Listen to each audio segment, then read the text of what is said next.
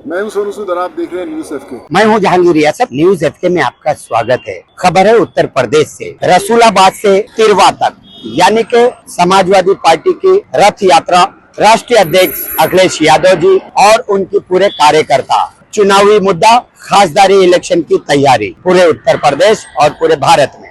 जिस तरह से रसूलाबाद से हवाई पट्टी से उन्होंने अपनी रथ यात्रा शुरू करी तिरवा तक, 11 बजे से रात के 11 बजे तक उनकी रथ यात्रा चालू रही। सभी नेताओं से मिले, सभी जनता से मिले और कुछ रूठे हुए लोगों से भी उन्होंने मुलाकात की। इस तरह से उनका रथ यात्रा निकला और क्या कुछ कहा राष्ट्रीय अध्यक्ष अखिलेश यादव ने, आइए देखिए हमारे इस खबर में।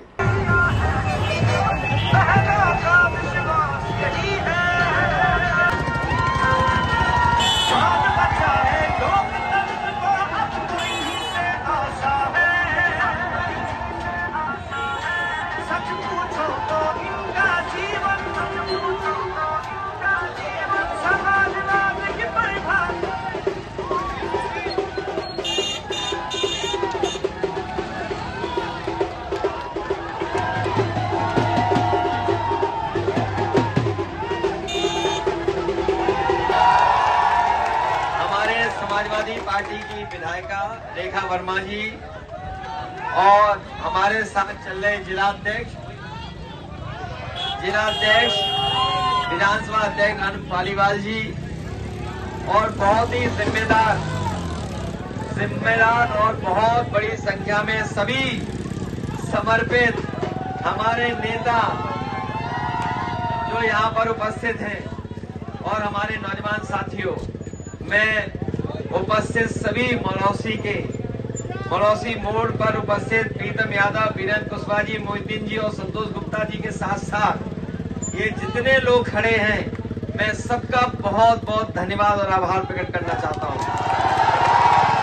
और मुझे पूरा भरोसा है कि आप सब लोग मिलकर के इस बार भारतीय जनता पार्टी को हराने का काम करेंगे। मैं लगातार रसूलाबाद हवाई पट्टी से चल के आ रहा हूं, जो कभी समाजवादी सरकार में बनी थी। हवाई पट्टी से लेकर के यहां तक जितना काम है सब समाजवादी पार्टी का है। एक भी काम भारतीय जनता पार्टी का हमें दिखाई नहीं दिया। समाजवादियों ने एम्बुलेंस दी। अगर आपके गांव में कोई तकलीफ परेशानी में होता था, फोन मिलाने पर एम्बुलेंस आपकी मदद करने के लिए आ जाती है, अस्पताल तक ले जाती है। वो एम्बुलेंस इन्होंने खराब कर दी। ये व्यवस्था अगर किसी ने शुरू की थी तो समाजवादी सरकार में शुरू हुई थी। इसी तरह पुलिस के लिए 100 नंबर दिया था और इन्होंने 112 कर दिया। हमारे पुलिस के भाइयों को लगता है कि अगर 100 ने 112 कर दिया है तो हमें भी अपना रेट बढ़ा लेना चाहिए।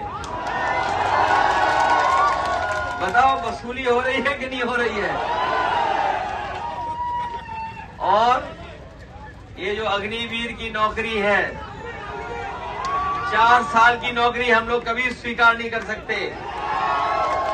ये जानबूझ करके बीजेपी के लोगों ने कि गांव के लोगों के और गांव के लोगों के परिवार की सदस्यों की आर्थिक और सामाजिक स्थिति अच्छी न हो जाए, इसलिए इन्होंने फौज की नौकरी को खत्म करके अग्निवीर व्यवस्था लागू करने का काम किया है। और मैं आपसे पेंशन सुविधा और शहीद होने पे जो सम्मान मिलता था वो भी अग्निवीर को नहीं मिलेगा। हम अपने नौजवानों को कह के जा रहे हैं, समाजवादी और इंडिया गठबंधन बनेगा, ये अग्निवीर व्यवस्था हमेशा के लिए खत्म हो जाएगी। ना किसानों की आय दोगुनी हुई। बताओ ये जो गेहूं कहीं सरकारी खरीद हुई हो तो बता दो। अगर रेट मिलाओ किसी को तो बता दो। इन्होंने कहा आय दोगुनी हो जाएगी। इस महंगाई में और लागत जो लग गई किसान की, बताओ आपकी मुनाफा हो रहा है कि नहीं हो रहा? और लागत बढ़ गई, लेकिन सरकार ने आय दोगुनी नहीं होने दी और महंगाई बढ़ गई। और महंगाई इतनी बढ़ गई है जिसकी आप कल्पना नहीं कर सकते हैं। इसी तरह नौजवानों की हर परीक्षा लीक हो गई। जो भी परीक्षा नौजवान देने गया उसकी परीक्षा लीक हो गई। नौजवानों की नौकरी नहीं हो पा रही, रोजगार नहीं हो पा रहा।